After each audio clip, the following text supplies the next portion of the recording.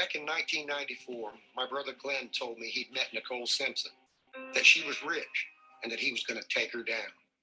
Just a few days later, a neighbor found the bodies of Ron Goldman and Nicole outside her Brentwood home. While I was thinking Glenn had done it, LA prosecutors charged OJ with the crime. The trial began January 24th, 1995, with OJ Simpson charged with killing his ex-wife and her 25-year-old friend, Ron Goldman. Prosecutors used a range of graphic devices to prove their case. The animation showed the government's theory that O.J. Simpson came to Bundy, went through the front gate, killed Nicole, and struggled and killed Ron Goldman, and then left out the back gate.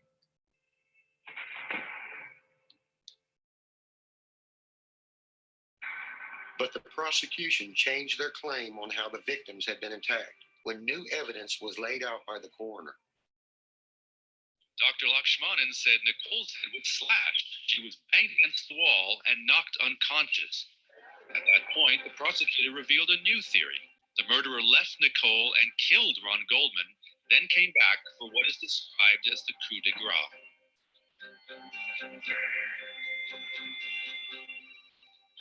Well, when we first saw it, it presented O.J. Simpson as the murderer, sole murderer, in this alcove. It just didn't fit. By that time, we'd come up with the fact that there had to be more than one person.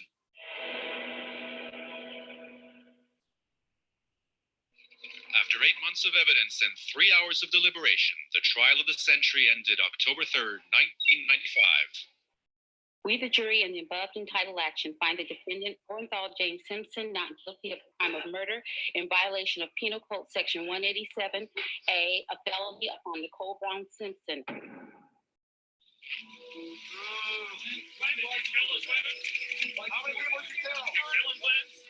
6 weeks after OJ was found not guilty, the law caught up with Glen. It wasn't long before my brother was dropping hints about his past crimes. First time I heard about Nicole Simpson and Ron Goldman's murder, I was in my office in Van Nuys and really thought nothing more about it. One day I did receive some letters from a prison inmate indicating that Glen Rogers had written to him that he had met Nicole Brown Simpson and you know what else.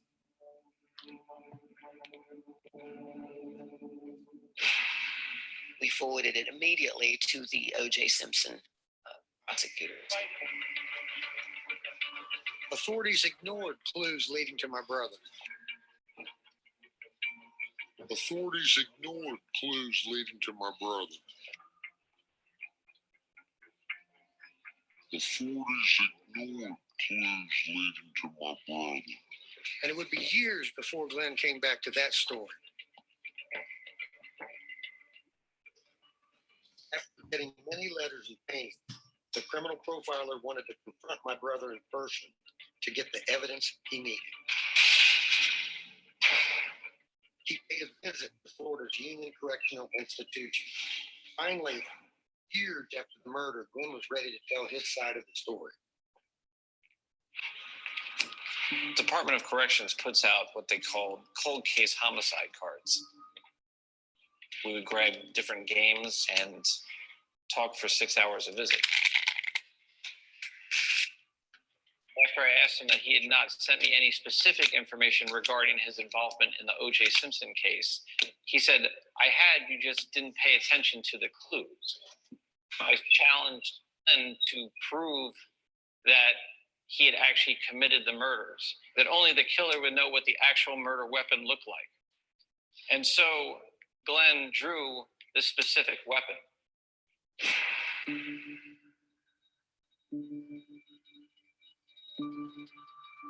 Now, Glenn added a twist that he never told me. A husband's anger over a high-dollar gift that had been kept by his ex-wife was behind it all. Glenn told the criminal profiler he was paid to steal back Nicole's diamonds. Can you show me a set of earrings that... Now, just for the record, I gotta say this.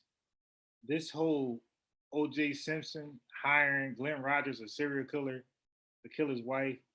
I believe that this was concocted after they believed that Glenn Rogers actually killed Nicole Simpson, but they just wanted to tie OJ in just for the hell of it. You dig? Because they already arrested him and charged him. So they were saving face. I believe they were that low. That's my personal opinion. Would cost approximately $20,000 about 20 years ago. O.J. Simpson allegedly hired Glenn Rogers to get into the house of Nicole Brown Simpson and get a pair of earrings. Essentially, his belief was that they were worth $20,000. Glenn told me that O.J.'s instructions were that you may have to kill the bitch. Those were his exact words. False. Glenn Rogers explained to me that he had parked his white pickup truck, a Ford pickup truck, on a side street right by the side of the condo. He explained that OJ knew of a spare set of keys in the rear of the condo. The idea was that actually the murder would take place inside the home. Once Glenn got the keys, he then crouched down just past the front of the gate. At that moment is when Ronald Goldman walks through the front gate.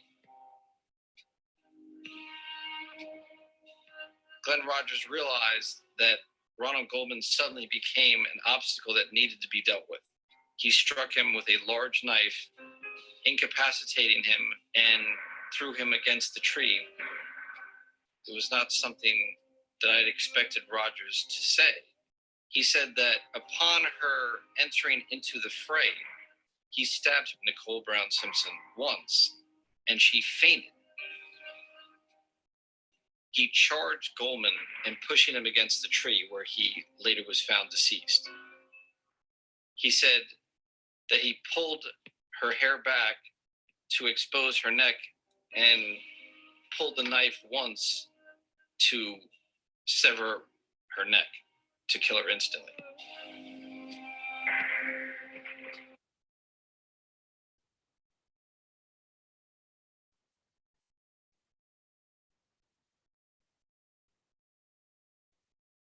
I'm absolutely certain that my brother Glenn killed Nicole Simpson and Ron Goldman.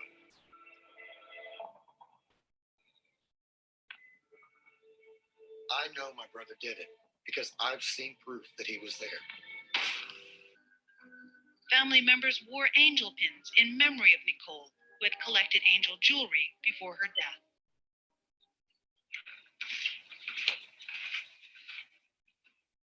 I remember the pin. Mom said Glenn sent it to her. And when she went to trial, he wanted her to wear it. In 2010, I'd got another letter from Glenn, and this is what it says. At my trial, Mom has on that black vest top, and pinned to it is a gold angel with a diamond in its hand. I sent that to Mom the day after the situation in Brentwood. It's something everyone missed. I believe that angel pin is absolute proof that Glenn killed Nicole Simpson and Ron Goldman. The same pendant taken off her body. The same pendant that my mom wore on her vest into the courtroom in Hillsborough County Jail.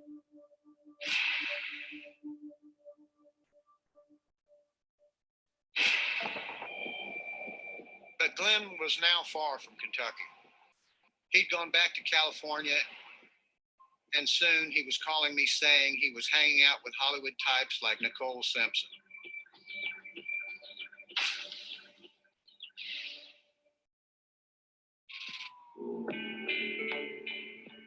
In January 1994, an earthquake rocked Los Angeles. About the time the quake hit, my brother Glenn showed up in town. I was working in Los Angeles at the time. The Northridge earthquake hit earlier that year, and I was working for a company doing earthquake damage.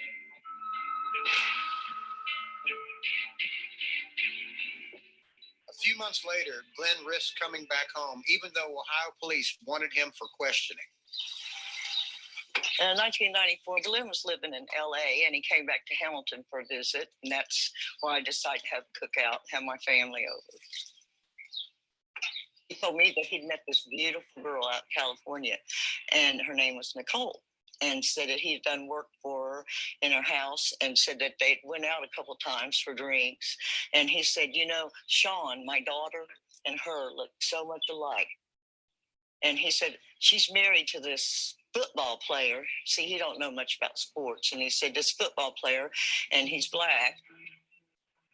He's famous, but I don't remember his name. He just remembered Nicole.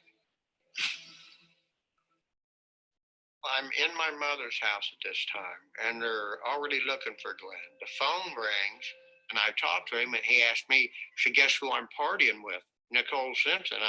Nobody knew who that was. I thought, well, who's that? Bart Simpson's sister? I mean, just joking. He said, no, that's when he told me that was O.J. Simpson's wife. Actually, what he told me, he says, they got money, they're well off, and I'm taking her down.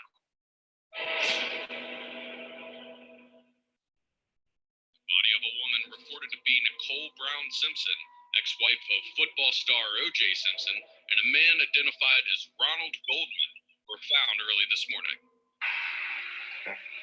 I read how the LA District Attorney charged O.J. with murder.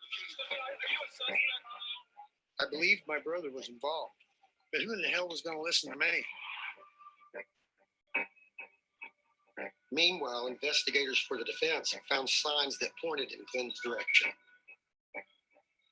This is where the murder happened. Straight across the street was Nicole's place.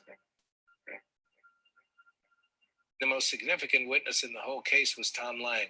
Lived down the street. He came up to this corner, started to walk across the street, gave a verbal command to his dog, and he spotted Nicole Simpson. He locked eyes, as his words, he locked eyes with her and then went that way. He also noticed a man in an angry stance right in front of her gate. And he described that person as either white, Asian, or Hispanic, but definitely not African American. But definitely not African American. Definitely not African American. He saw a white Ford F-350 vehicle parked in the street. It would be my wish to find out who it was that was driving that Ford F-350. Letters and pay stubs show that Glenn was living in Hollywood and working for a company fixing houses and painting across the city. As a painter, Glenn had access to a white pickup truck, like the one seen at Nicole's place. And there were more clues tying Glenn to the murders. We felt throughout the criminal case and to this day that killer came from the world of Faye Resnick. Faye Resnick was a friend of Nicole's. Faye Resnick was a drug user, a drug abuser, a drug addict that had gone into treatment. She hung with people from a very dark world. Glenn told me that he had set up a Red and Nicole Simpson, and they met him at a Van Nuys nightclub. He set him up to rob them. Whether or not he was going to kill them or not, I don't know. He expected just the two girls to be there, but I guess that Ron Goldman showed up.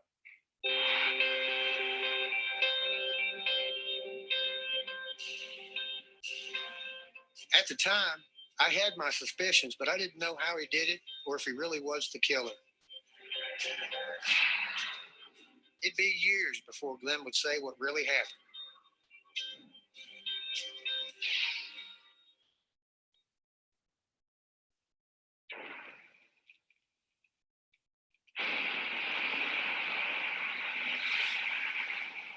After the Nicole Simpson murder, Glenn laid low in Los Angeles, California. In September of 1995, he was living in the suburb of Van Nuys. He was using a fake name to cover his past. Police believe that Rogers killed 71-year-old Mark Peters in Hamilton and then dumped his body in Beattiesville, Kentucky in January of 1994. From there, LA police say he murdered a Santa Monica woman in Van Nuys in September of 1994.